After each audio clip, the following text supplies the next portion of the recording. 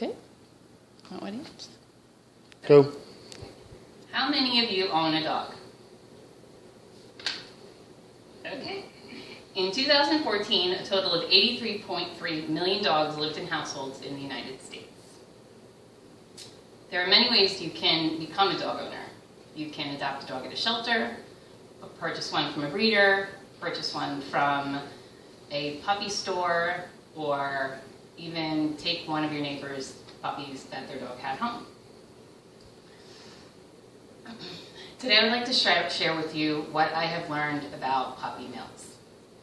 Puppy mills, we're going to give a definition of what they are, where you usually find them, what the conditions in the puppy mills are like, and some of the state and local laws that pertain to dog breeding. First, we'll start with the definition of what a puppy mill is. The ASPCA defines a puppy mill as a large-scale commercial dog breeding operation. Profit is given priority over the well-being of the dogs. Female dogs at these mills are bred as much as possible to have as many litters as possible, and the puppies from those litters are then sold for profit. The highest concentration of puppy mills in the country is in the Midwest, with Missouri being the top. They're found all over the country, however, in states such as North Carolina, Pennsylvania, and Ohio. It's estimated that approximately 2.5 million puppies are born every year in puppy mills in the United States. Now that we've talked about what puppy mills are, let's talk about what the conditions are like for the animals that live in these mills. Here are some visuals for you. The dogs are often housed in cramped, filthy, overcrowded cages such as this. Cages can be stacked several high, which means the dogs that are on the top often have their waste fall on the dogs that are underneath them. These cages are made of wire most of the time, which can be very painful and damaging to the dog's paws and their legs. Oftentimes the dogs are not allowed out of the crates, ever, to run around freely. They live most of their lives in these crates. And the crates are typically outdoors all year round, which means they are exposed to severe cold and the extreme heat. These dogs are also not cared for really very much at all. They are not groomed. As you can see, this is one of the dogs that was rescued from one of the shelters. They're not groomed, he's all overgrown. Typically they do wind up with eye and ear infections which are not treated because they don't get veterinary care. Oftentimes they're malnourished, as you can see by these two little guys here, and their teeth rot out a lot because of the poor nutrition and the lack of care.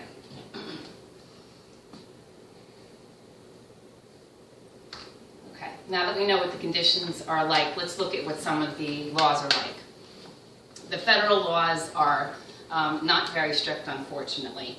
The Federal Animal Welfare Act requires breeders with more than 3 breeding females that sell puppies to be licensed and inspected by the United States Department of Agriculture. The USDA currently has between 2,000 and 3,000 licensed breeders in the United States that are operating. But since not all of the breeders are registered, they think there can be as many as 10,000 breeders or puppy mill operators in operating. So the federal standards are generally far below what most people would consider to be humane. One such standard says that for a dog to stay in a crate, it only has to be larger than 6 inches longer than what the dog is. And that crate can be its home for its entire life. It will never leave that crate. So that's a pretty low standard.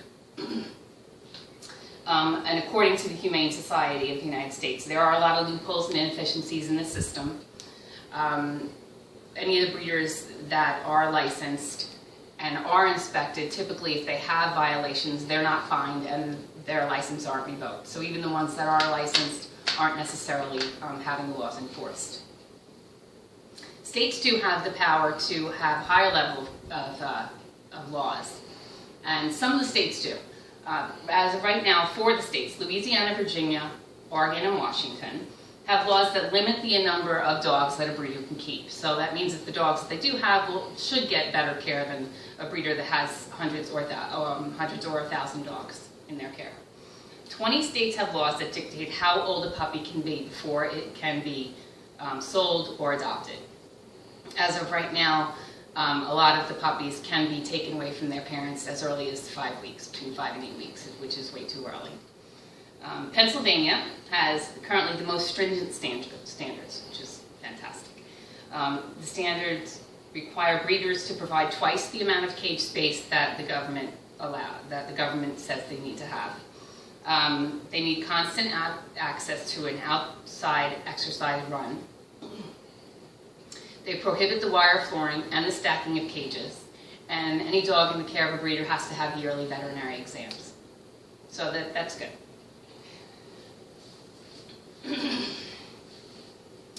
So today we talked about puppy mills and what they are, where they're usually found, the conditions in the mills, and some of the laws that are pertaining to dog breeding.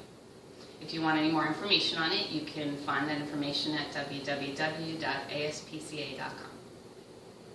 What questions do you have for me?